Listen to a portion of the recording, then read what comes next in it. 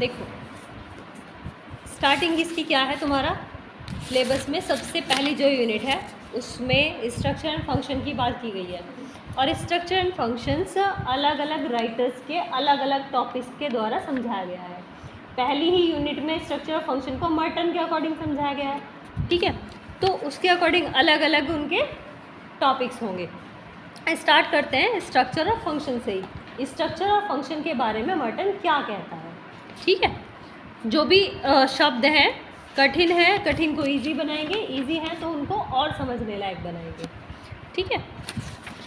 तो तुम्हारी बुक है ये कौन सी, समाजशास्त्र का सैद्धांतिक परिप्रेक्ष्य, ये वाली बुक, ठीक है। इस वाली बुक से करेंगे, उसमें नहीं है, नोट्स में नहीं है, हाँ ढूंढोगे बहुत, थोड़ा बहुत मिल जाएगा, अदरवाइज नहीं है इस तरह से। देखो मर्टन का संरचनात्मक प्रकार्यवाद क्या कहता है। मर्टन वो अपने ही विचारों को व्यक्त करता है, अपने ही बारे में बताता है। क्या कहता है, समस्याओं की समाजशास्त्रीय व्याख्या की आधुनिक पद्धति के रूप में प्रकार्यवादी विश्लेषण एक सर्वाधिक आशाजनक व साथ ही संभव कम से कम विधिवत प्रणाली है।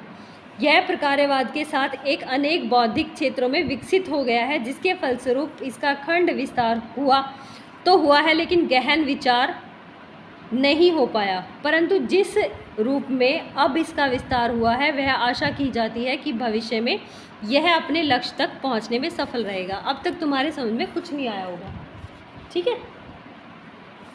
इसको समझते हैं। मर्टन कहता है कि जो भी फंक्शन है, फंक्शन कहाँ से जनरेट होते हैं, हमारी संरचना से। संरचना कहाँ से जनरेट होती है, जब हम फंक्शन करेंगे, ठीक है। तो पहला पॉइंट तो ये कि फंक्शन और स्ट्रक्चर दोनों एक दूसरे से संबंधित है। फंक्शन के बिना स्ट्रक्चर नहीं होगा, स्ट्रक्चर के बिना फंक्शन नहीं होगा, ठीक है। दोनों एक दूसरे पर डिपेंड है। तो यही बात मर्टन कह रहा है कि अब तक तो इन चीज़ों पर बहुत ज़्यादा गहनता से विचार नहीं हुआ था, लेकिन हाँ कुछ राइटर्स ने कोशिश की है कि इनको समझने का प्रयास करें। तो कुछ चीज़ें बताई हैं। कहता है कि विश्लेषण की अवधारणा जिसने ग्रहण की वे सभी मानवशास्त्री हैं। मतलब कि इसके बारे में जिन्होंने भी प्रकार्यवादी को बताया, फंक्शंस को जिन्होंने बताया, वो सारे के सारे राइटर्स कौन थे, मानवशास्त्री थे। पहला पॉइंट तो ये तुम्हारा याद करने लायक कि जो फंक्शन को डिफाइन करने वाले राइटर्स थे वो कैसे थे, मानवशास्त्री। मानवशास्त्रियों में कौन कौन से, एक मेलानोव्स्की का तुम्हें बताया था मैंने, क्या फंक्शन थ्योरी थी उसकी। रैडक्लिफ ब्राउन, हाँ, क्लाइड और क्लूखोन। क्लाइड और क्लूखोन ये शब्द दोनों के दोनों राइटर्स एवं किसी भी जगह नहीं मिलेंगे। तुम्हें मेलानोव्स्की भी सुनने को मिल जाएगा और रैडक्लिफ ब्राउन भी, लेकिन दोनों नाम बिल्कुल नए हैं, क्लाइड और क्लूखोन। ये इसी तरह की टेक्स्ट बुक्स में ही मिल सकते हैं, अदरवाइज नहीं मिलेंगे। अब क्या कहता है, मर्टन कहता है कि सर्वप्रथम सबसे पहले प्रकार्य शब्द में निम्न 5 अर्थों में उल्लेख किया गया।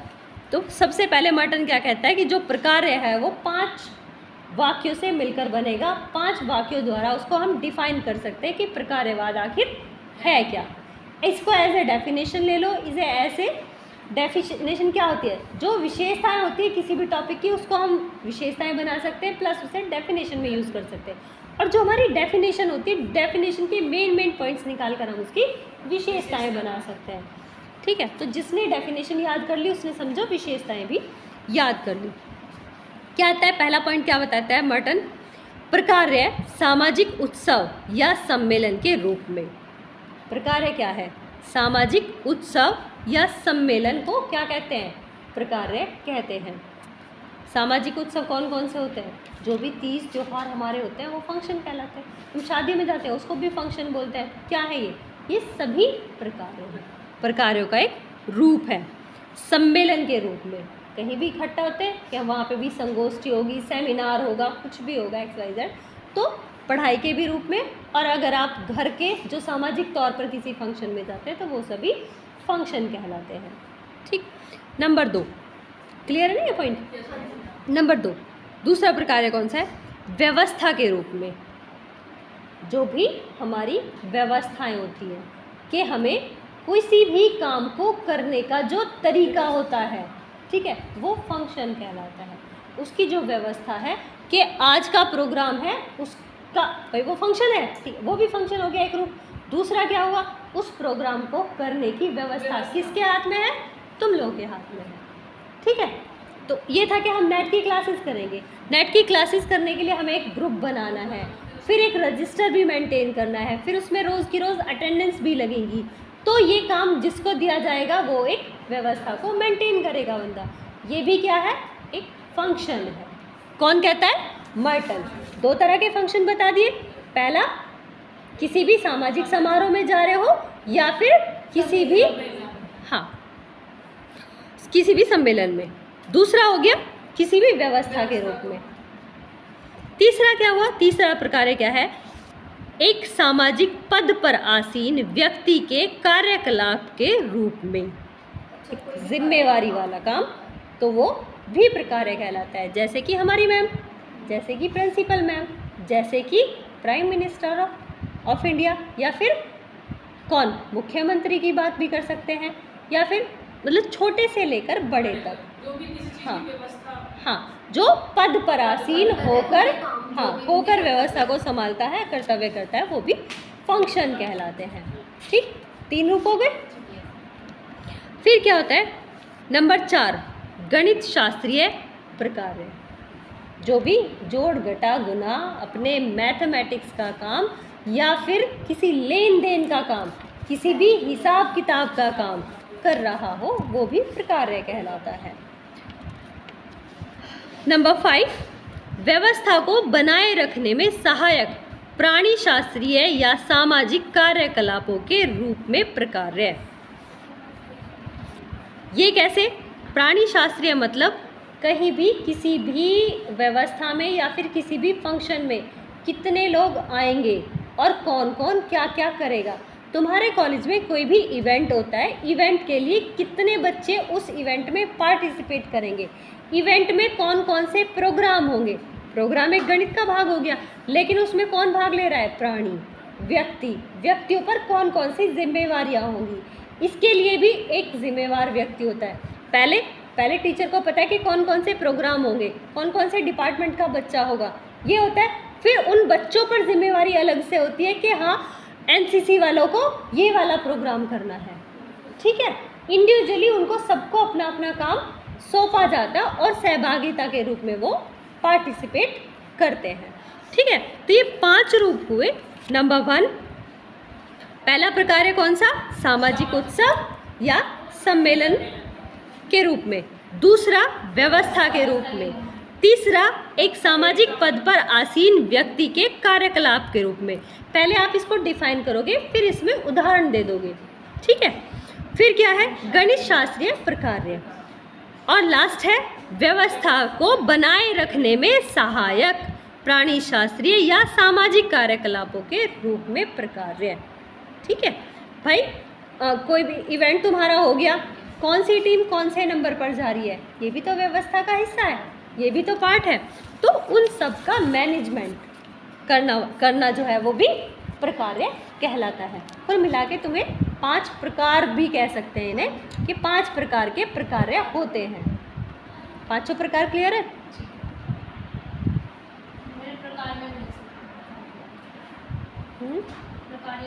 हाँ,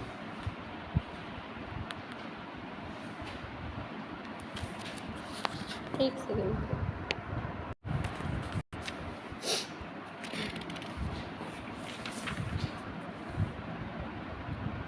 नेक्स्ट पेज पे इसी चीज़ को समझाया गया है। फिर आता है इसके उद्देश्य। मर्टन क्या कहता है, मर्टन ने लिखा है कि केवल उपयुक्त 5 अर्थों से ही नहीं, अपितु अन्य एकाधिक अर्थों से भी प्रकार्य शब्द का प्रयोग किया जाता है। मतलब केवल ये इनफ नहीं है, और भी चीज़ें होती हैं जो प्रकार्य कहलाती हैं। अक्सर इस शब्द को उद्देश्य, प्रेरणा, प्राथमिक हित या फिर लक्ष्य आदि के विकल्प के रूप में भी लाया जाता है। क्या क्या, पहला उद्देश्य, किसी को प्रेरित करना भी प्रकार्य है। प्राथमिक हित, किसी को किसी के हित के बारे में बताना या फिर अपना हित करना, वो भी प्रकार्य है। फिर क्या है, किसी भी लक्ष्य की प्राप्ति को करना भी प्रकार्य है। कि हमने इस फंक्शन को करने के बाद अपने इस प्रकार्य को पूरा कर लिया। तो लक्ष्य आदि को भी विकल्प के रूप में समझा जाता है। फिर क्या कहता है, मर्टन के अनुसार प्रकार्य को प्रतीक के रूप में, अनुभवों के रूप में समझाना गलत होगा। केवल एक प्रतीक नहीं है, सामाजिक प्रकार्यों को निरीक्षणीय विषयक परिणाम होते हैं। उदाहरण के लिए मतलब ऐसे कुछ काम जिनके निष्कर्ष भी निकलते हैं। वो तो है ही, जब वो 5 बात आई तो उनसे निष्कर्ष भी तो निकलेंगे। जब हम किसी लक्ष्य को लेकर चलेंगे, प्रकार्य करेंगे तो हम लक्ष्य तक पहुँचेंगे। तो लक्ष्य के रूप में क्या कहता मर्टन, उदाहरण देता है इसका, मैं नहीं दे रही, देखो मर्टन का ही उदाहरण है। विवाह करने की प्रेरणा, ठीक है, विवाह करने की प्रेरणा आना, क्या एक फंक्शन दिमाग में आया, विवाह होगा। प्रेरणा और विवाह के प्रकार्यों को एक मान लेना वास्तव में गलत है। ठीक है, प्रेरणा अलग चीज़ हुई और जो प्रक्रिया चलेगी वो प्रकार्य है। तो इसीलिए इसने कहा कि विवाह के प्रकार्यों को एक नहीं मानना। विवाह के बारे में हमने सोचा, वो फंक्शन नहीं है, उसके बारे में जो हम करेंगे वो फंक्शन होगा। ठीक है, इन दोनों चीज़ों को एक नहीं। उसी प्रकार वह कारण जो लोग अपने व्यवहार के लिए प्रस्तुत करते हैं तथा उसके व्यवहार के परिणाम, ये दोनों एक नहीं है। कि हम अभी तुम क्लास ले रहे हो, ये प्रकार्य है, लेकिन तुम दूसरे कमरे में बैठे हुए सोच रहे थे हमें क्लास लेनी है, वो प्रकार्य नहीं था, और अब जो कर रहे हो ये प्रकार्य है। ठीक है, इसलिए मर्टन ने प्रकार्य को 2, अभी तक 5 बताए थे, अब आधारभूत 2 अर्थ और बताए हैं। नंबर 1, एक सावयवी व्यवस्था के रूप में प्रकार्य। दूसरा, एक सावयवी व्यवस्था के अंतर्गत किसी लक्ष्य, उद्देश्य आदि के प्रमाण के रूप में प्रकार्य। तो एक तो हम अपने माइंड में कुछ लेकर चलेंगे कि हमें उस लक्ष्य की प्राप्ति के लिए कार्य करना है, तो वो एक व्यवस्था के रूप में सावयवी होगा। और दूसरा सावयवी क्या है, एक व्यवस्था के अंतर्गत किसी लक्ष्य, उद्देश्य आदि के परिणाम के रूप में प्रकार्य।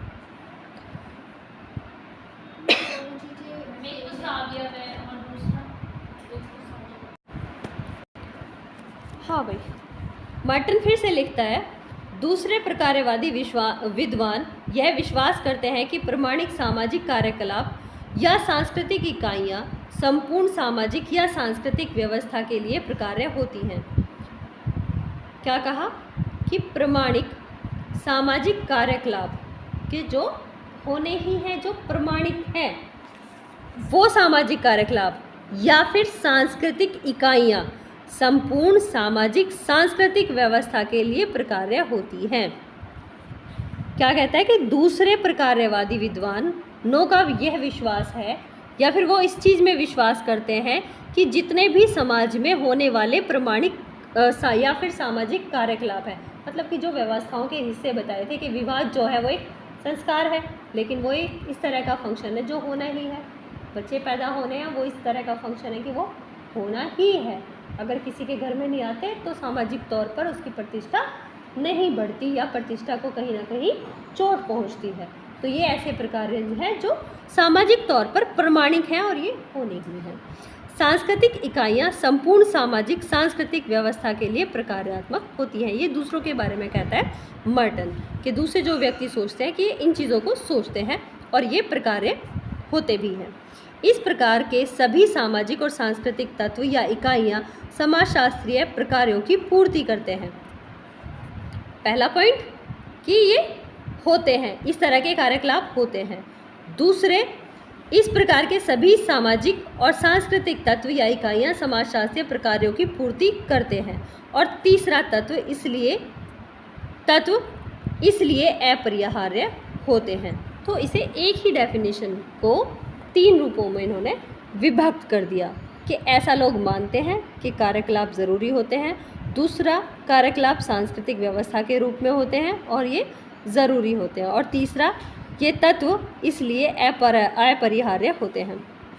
ये डेफिनेशन थोड़ी सी मुश्किल और टिपिकल थी, ठीक है, इसीलिए इसको समझाने के लिए और शब्दों का इस्तेमाल किया गया है। और शब्द कौन से हैं? कुछ ऐसी मान्यताएं हैं जिनसे इन चीज़ों को स्पष्ट किया जा सकता है। समस्त सामाजिक इकाइयां एक सामाजिक संरचना या व्यवस्था के रूप में व्यवस्था में कुछ सकारात्मक प्रकार्यों को करती हैं। कुल मिला के कहा कि कुछ सकारात्मक प्रकार्य होते हैं, जैसे विवाह एक सकारात्मक प्रकार्य है, लेकिन जब वो विवाह नहीं चल पाता और विच्छेदन की ओर चला जाता है तो वो प्रकार्य क्या हो जाता है, नकारात्मक प्रकार्य में बदल जाता है। दूसरा क्या है, ये इकाइयाँ संपूर्ण व्यवस्था के लिए प्रकार्य करती हैं, कि जो भी छोटी छोटी इकाइयाँ हैं जिनसे कार्य होते हैं ये सारी व्यवस्था को चलाती हैं। इन प्रकार्यों के आधार पर ही सामाजिक संरचना या व्यवस्था का अस्तित्व है। ये सारी चीज़ें इतनी इम्पोर्टेंट नहीं है, इसको छोड़ दो। अब तक जो हमने 5 पॉइंट वे थे जो प्रकार्य की व्यवस्था को बताते हैं, ठीक है। और कुछ शब्द थे, उद्देश्य, प्रेरणा, प्राथमिक हित और लक्ष्य। ये भी प्रकार्य के रूप में बहुत ही आवश्यक है, ठीक है। इन चीज़ों को याद रखना और कोई स्किप कर सकते हो। हाँ, पहले तो 5 प्रकार्य और दूसरे और 4 प्रकार्य बताए, जिसमें उद्देश्य, प्रेरणा, प्राथमिक हित और लक्ष्य।